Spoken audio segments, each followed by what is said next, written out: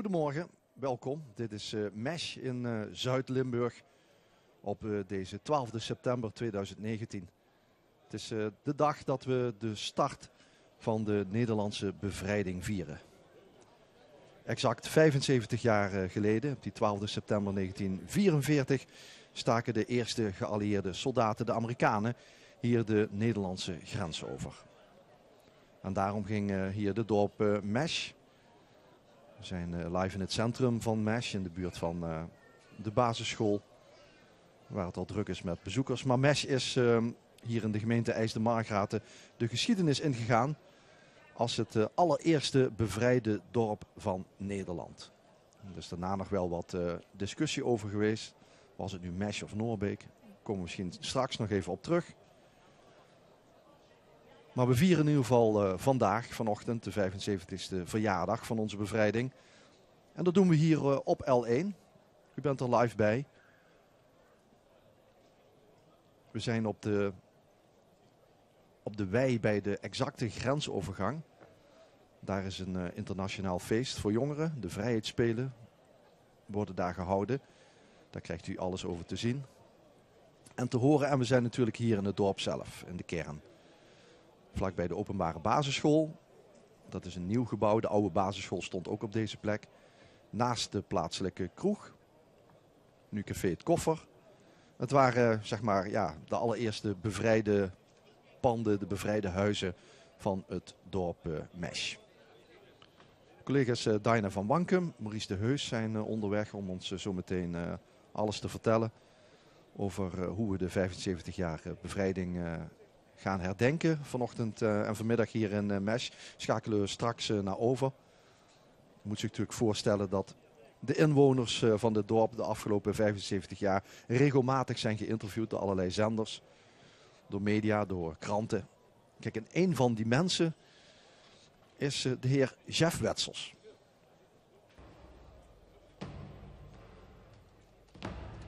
Hier zijn de Amerikanen naar Nederland binnengekomen, ja. Om 10 uur 's morgens van de 12 september. Op deze plek hier, bij deze paal.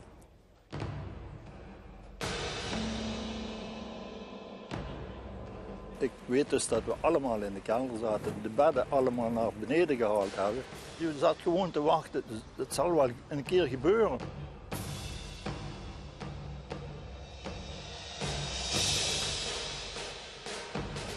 Dat zie ik nog altijd.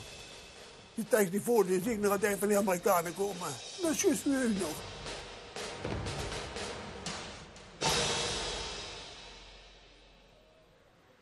Hier zaten de Duitsers en die hadden hier zich zodanig opgesteld dat ze hun wel een hele tijd konden tegenhouden. En dat is ook gebeurd.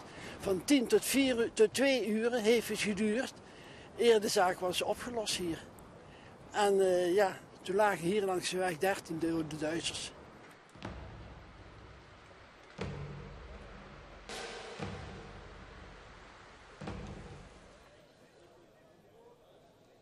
Ja, Jeff Wetzels bij ja, de landweg tussen Schavenvoeren en MESH, tussen België en Nederland. De bovenste Bernauwerweg. Is eigenlijk weer vernoemd naar het eerste dorp, naar over de grens, Bernau. Dat hoort eigenlijk weer bij Wallonië. Je begrijpt het al, het is een meer grenzenpunt hier. Want Schavenvoeren hoort weer bij Vlaanderen. En Bernau hoort het kerkje van MESH.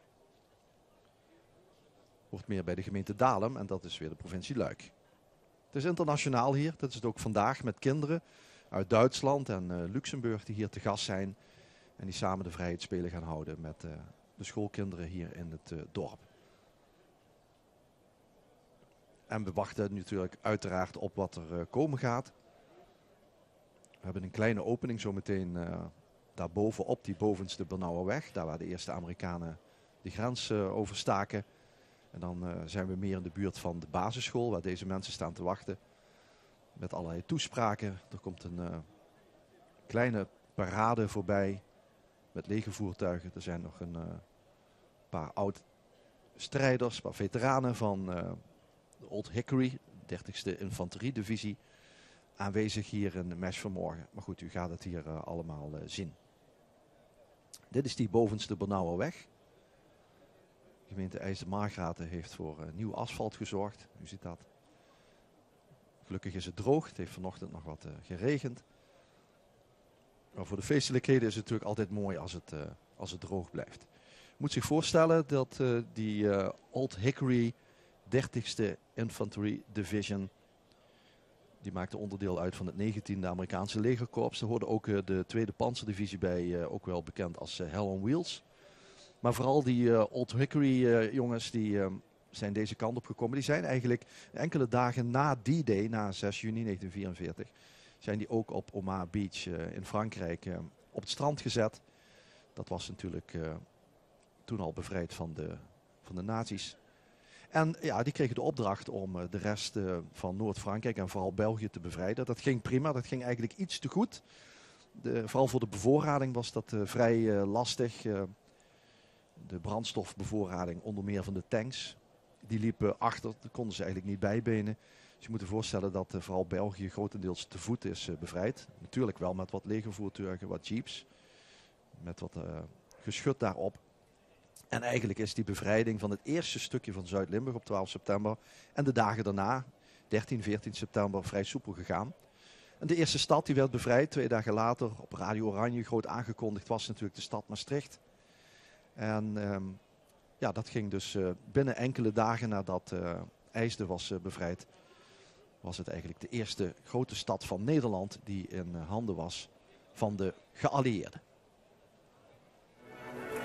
Maastricht was de eerste grote Nederlandse stad die door de geallieerden werd bevrijd. De Duitsers hadden de bruggen over de Maas opgeblazen, maar Amerikaanse genietroepen die hier op 14 september binnenrukten, hadden spoedig een noodbrug gelegd waarover tanks het Vrijthof konden bereiken. Maastricht werd, omdat het aan weerskanten van de Maas ligt, ook in 2 fasen bevrijd. Eerst op 13 september het oostelijke stadsdeel Wijk, 1 dag later het eigenlijke Maastricht op de westelijke oever. Toen nog maar 1 kant bevrijd was, waagde fotograaf Jeff Nazeman zich in een kano over de Maas en in Wijk schoot hij toen deze foto's.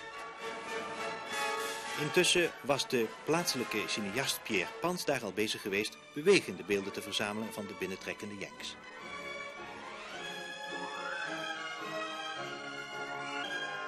In de film zit een fragment waarin men ziet hoe een Amerikaanse militair met iemand blijkbaar van de Binnenlandse Strijdkracht de dekking zoeken achter het restant van de opgeblazen brug. En ja, werd erop geschoten. U heeft dat gefilmd. Dat was ja, dat was dus de Duitsers zaten in het Stadspark. aan de overkant. En die beschoten dus Wiek eigenlijk. Hè? Maar was u niet bang? Zou u ook kunnen raken? Ja, maar dat denk je niet aan. Als je weer eenmaal een filmer bent, dan gaat dat allemaal wel. Ja. Ja, dat zegt u zo eenvoudig. Ja, ik kan niet anders zeggen. Ja. Want daar denk je toch niet zo bij, hoor. Ja. Want je hebt meer aan je werk op. Hè? En je ziet eigenlijk de gevaren niet, laat ik het zo zeggen. Ja.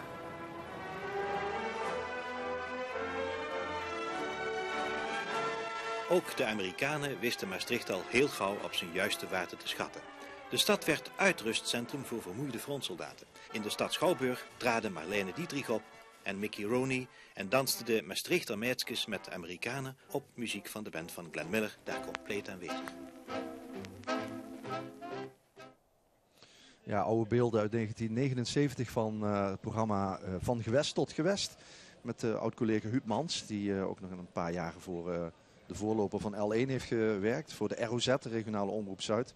Huub Mans uit Sittard, die destijds al aandacht besteedde aan de bevrijding uiteraard van Zuid-Limburg. En Maastricht was dus, ja, hoe moet ik het zeggen, uitrustcentrum van vertier voor veel Amerikanen. Veel Amerikanen hebben daar ook over verteld. Konden daar op adem komen. Het was natuurlijk ook voor de legerleiding van groot belang om een nieuw plan te bedenken van oké, hoe gaan we nu verder? Hoe stoten we verder op? Men dacht in eerste instantie natuurlijk dat het vrij makkelijk zou gaan. Of dat had men gehoopt. Maar ja, eigenlijk is voor de rest van Limburg op 12 september... Ja, er moest de grootste ellende eigenlijk nog komen. De grootste oorlogsellende met de evacuaties. Met de bombardementen op steden. De problemen om door te stoten in de Peel. En vooral bij de Roer. Daarover later meer. Het is helaas weer nat in Mesch.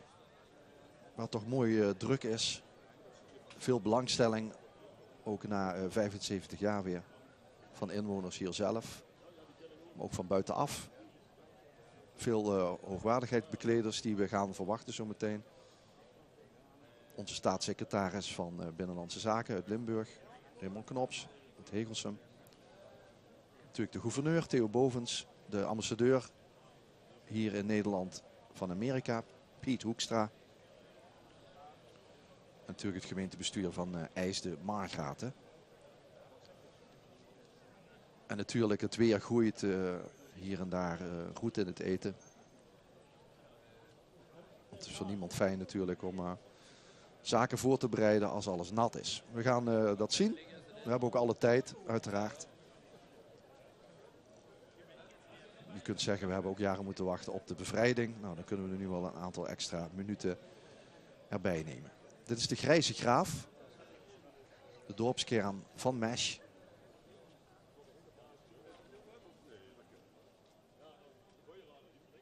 Met links het monument uit 1984. Dat ons herinnert aan de jongens die Mesch hebben bevrijd. En daar is ook een nieuwe gedenksteen aan toegevoegd. Die moet ook onthuld worden. En dat heeft weer te maken met de eerste Amerikaanse soldaat. Die is gesneuveld op Nederlands grondgebied. Leonard Hoffman uit Pennsylvania. Dat gaan we straks allemaal meemaken. Monument uit 84 is ondertussen alweer gerestaureerd.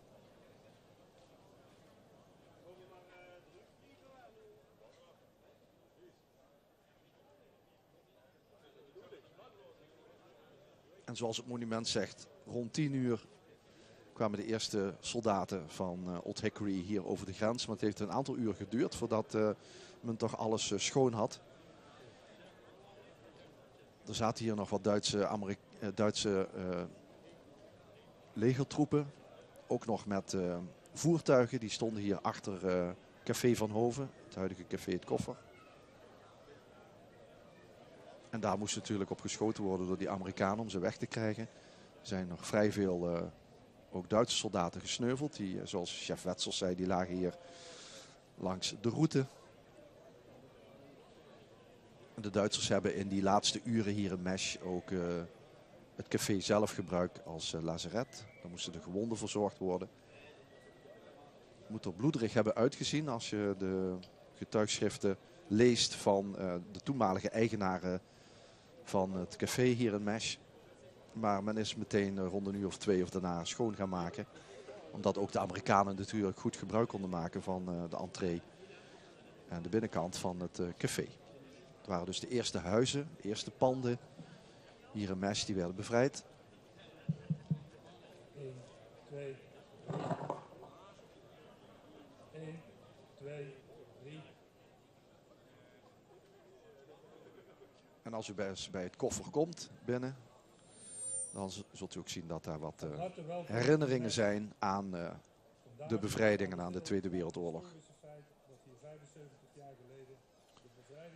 Niet alleen collega Huub Mans van Gewest tot Gewest heeft aandacht besteed natuurlijk aan de bevrijding. Het jeugdprogramma Het Klokhuis had ook wel eens een thema-uitzending. En tekende mooie verhalen op hier in Mesch. Weet u nog waar de Amerikanen binnenkwamen? Ja, dat weet ik nog heel goed. Van het zuiden hier kwamen ze van alle richtingen hier naartoe. En ze naderden hier in Nederland met aan die kant het eerste dorpje Mesch, wat het eerste bevrijd was. U was toen 19 en u woonde met uw ouders in dit huis? Ouders en nog een oudere zuster. En hoe... Ouderen zeg en nog 2 jongere zusjes. Jeanne is de zus van Maria. Die woont hier nog steeds. Wauw, hier hebben jullie 6 weken gezeten. Hebben we hier gezeten, ja. Waarom zaten jullie hier beneden? Ja, er wordt heel hard gevochten boven het. Granaten, heel erg. En vechten, ja. Hoe heeft u die bevrijding meegemaakt? Hoe heeft u dat beleefd? Ja, toen we bevrijd waren, die soldaten allemaal hier langs en iedereen maar wenken. En wij waren natuurlijk toen eerst nog wat bang. Hè? Maar ineens stroomde het hier. Alle mensen kwamen naderen, jonge lui en alles aan zingen. Hip hip hoera. En och, dat was wat. Elke dag van 's morgens 9 tot 's avonds 5 was ik bij de Amerikanen. In alle weilanden waren ze gebivakkeerd, er stonden tenten en ik trok van de morgen tot de avond met de Amerikanen mee. Ik ging met hen eten en ik kreeg cadeaus natuurlijk. De bevrijders namen chocolade mee, maar ook heel veel spullen die hier al lang niet meer te krijgen waren. Zoals bijvoorbeeld sigaretten en tandpasta. Ze namen ook producten mee die we hier nog nooit hadden gezien. En dan kreeg ik bijvoorbeeld die ananas, had ik nooit gezien. Ik wist helemaal niet wat het was. En het had even geduurd voordat ik ging proeven eraan. Want ik durfde niet eraan te eten, ik wist niet wat het was. Maar achteraf vond ik het heerlijk. Ja, de verhalen over de ananas. En natuurlijk chocola. En sigaretten. Er zijn inwoners van Mesch bij, die hebben de sigarettenpakjes, die natuurlijk inmiddels leeg zijn, nog al die tijd bewaard. Dat is ook een prachtig verhaal, dat gaat u vandaag een keer zien. Van iemand hier uit de regio die een vork kreeg van een Amerikaanse soldaat. En daar nog iedere dag mee eet. Met diezelfde vork. Mooie verhalen. We wachten op de festiviteiten hier in Mesch. We wachten op de gasten die hier zijn uitgenodigd. Hier en daar nog wat audiotesten natuurlijk. Ja, en zo zijn er wat inwoners van Mesch door de jaren heen in de belangstelling komen te staan. Eén van hen, hij leeft helaas niet meer, is Jeff Vernier. Dat was de schoolmeester hier van het dorp. En hij is al die jaren door het leven gegaan als de man, de eerste Nederlander die de Amerikanen welkom heette. En hij heeft voor L1 Radio regelmatig zijn verhaal gedaan voor tv, voor kranten. En ik had het net over Huub Mans, de redacteur-verslaggever van het programma Van Gewest tot Gewest. Hij ging ook van gewest tot gewest, kwam regelmatig ook in Limburg natuurlijk. En in 1997 trof hij de schoolmeester Jeff Vernier hier bij het voormalige gebouw van de lagere school. Om hem te spreken natuurlijk over de bevrijding. Even terug naar Huub Mans en Jeff Vernier in 1979.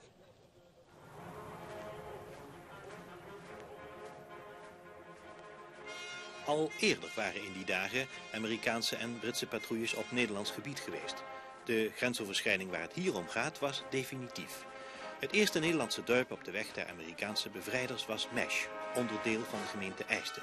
In de ochtend van 12 september 1944 zou dat verdedigd gaan worden door een kleine groep Duitsers.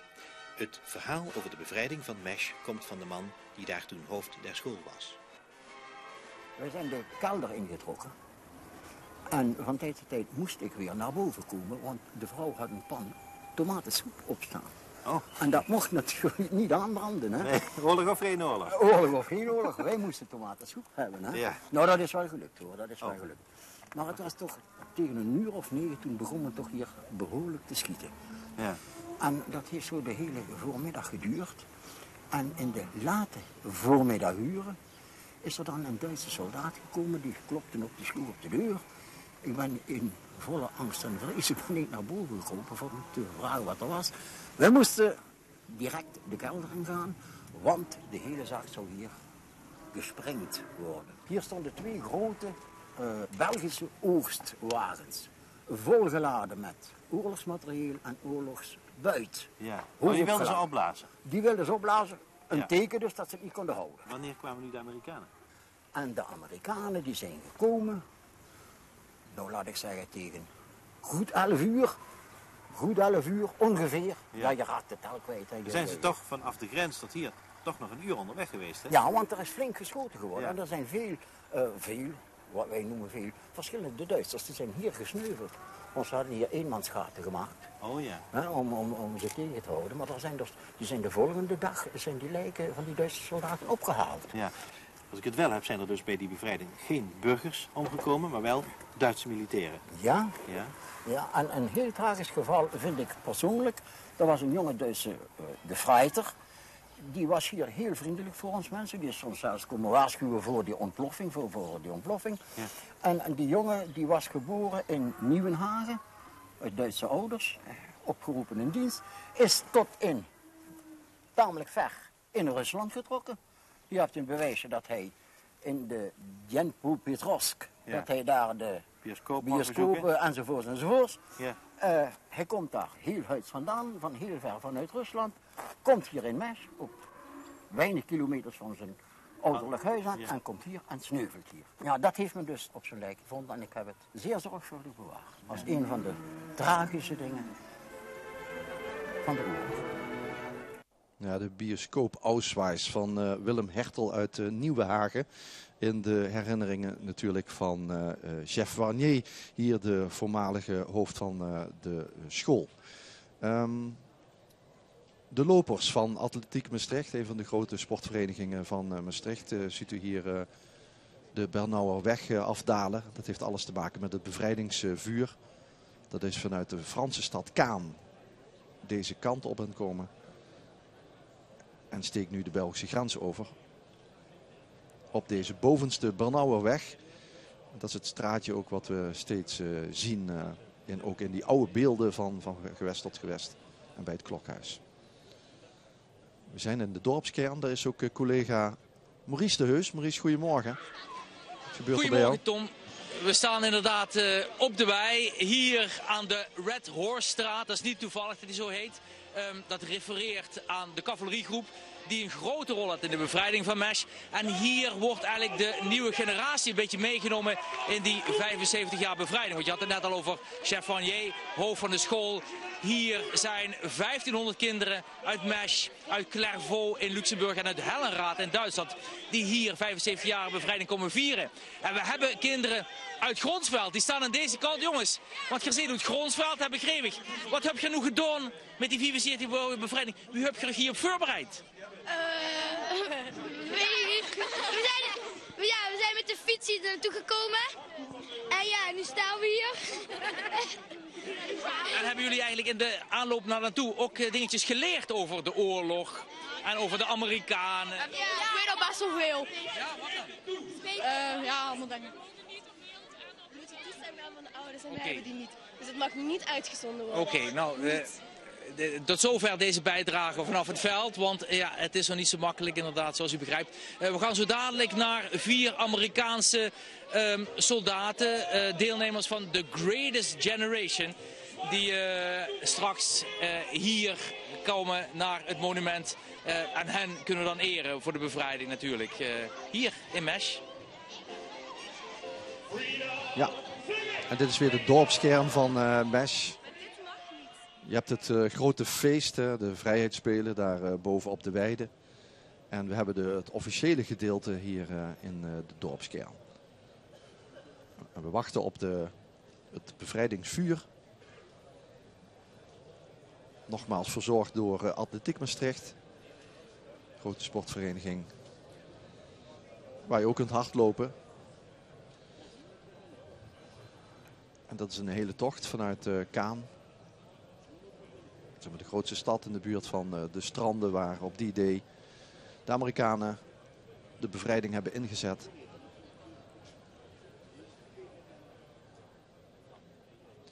Ja, en de discussie door de jaren heen of Noorbeek nu als eerste werd bevrijd of Mesch. Die hebben we min of meer een beetje te danken aan Lou de Jong. Lou de Jong, journalist, historicus, die een standaardwerk over de Tweede Wereldoorlog schreef voor Nederland. 14 delen. En het verhaal is eigenlijk heel simpel uit te leggen. Het is ook geen wedstrijd. Maar Noorbeek was een eigen gemeente. En Mesch was eigenlijk net in 1943 toegevoegd aan de gemeente IJsden. En toen Noorbeek werd bevrijd, gold dat als de eerste bevrijde gemeente van Nederland. Maar later hebben we alles gecorrigeerd en is Mesch het eerste bevrijde dorp geworden. Dus het is allemaal goed gekomen hier.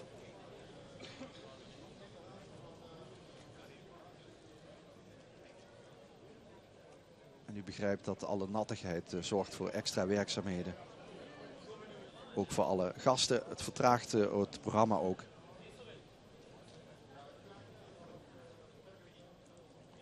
Het is ook vrij druk. Parkeerplaatsen zijn vol. De routes richting Mesch staan vol. En men doet er hier alles aan om het officiële programma te laten beginnen. Bij die vrijheidsspelen daar bovenop, wat zullen we zeggen, op het plateau, op de weide komen we natuurlijk straks nog terug. De eerste gasten komen binnen. We krijgen live muziek, uiteraard de toespraken. Ik heb u al verteld dat Piet Hoekstra hier is. Hier links Raymond Knops, onze staatssecretaris Binnenlandse Zaken en Koninkrijksrelaties, oud-burgemeester van Maastricht.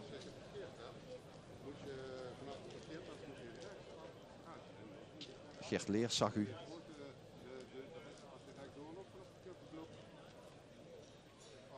En de vele genodigden die een kaartje hebben en een hopelijk voor een droge stoel zometeen hier op de Grijze Graaf in Mesch. U ziet links en rechts posters aan lantaarnpalen hangen van de bevrijders. Grote foto's.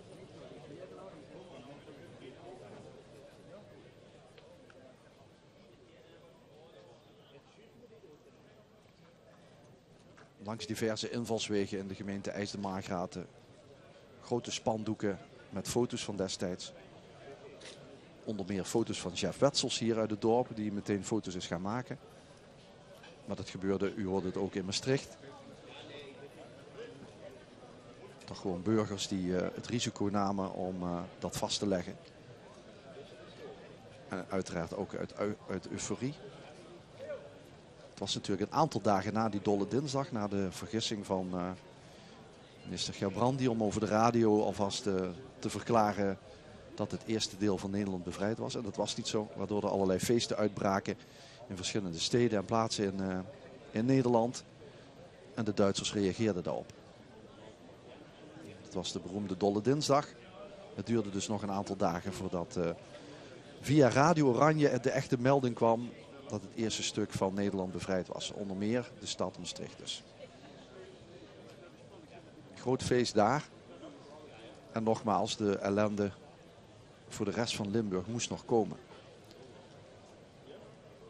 Als je bedenkt dat een stad als Venlo, de enige bombardementen vanaf dat moment in september waren gevallen op het vliegveld bovenop de heide. Maar de binnenstad was nog onbeschadigd. Dat kwam allemaal in oktober en november. Omdat de geallieerden de Maasbrug tussen Blerik en Venlo wilden raken. En er waren nog niet van die precisiebombardementen. Dus we moesten vrij hoog vliegen om niet geraakt te worden door het afweergeschut van de Duitsers. Hier is de burgemeester van IJsden-Margraten. Onze gouverneur. Burgemeester van Maastricht. Collega Jo Korteraad zie ik. Met een oranje slips. Alle gasten druppelen binnen. Dus de bombardementen op Venlo moesten nog beginnen. De vernietigingen van tal van andere plaatsen. Venray, Brabantse buurdorp, Overloon waar geen huis meer overheen stond.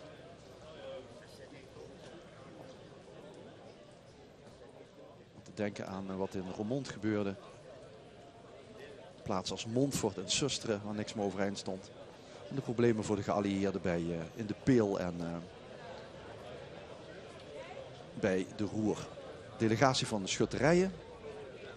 Dit is het keizerspaar van de schutterij van Noorbeek. Zo te zien aan het uniform.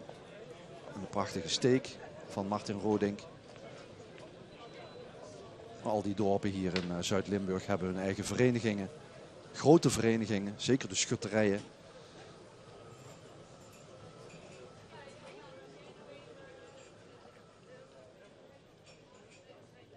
De hulpbisschop van Bisdom Roermond, Everhard de Jong.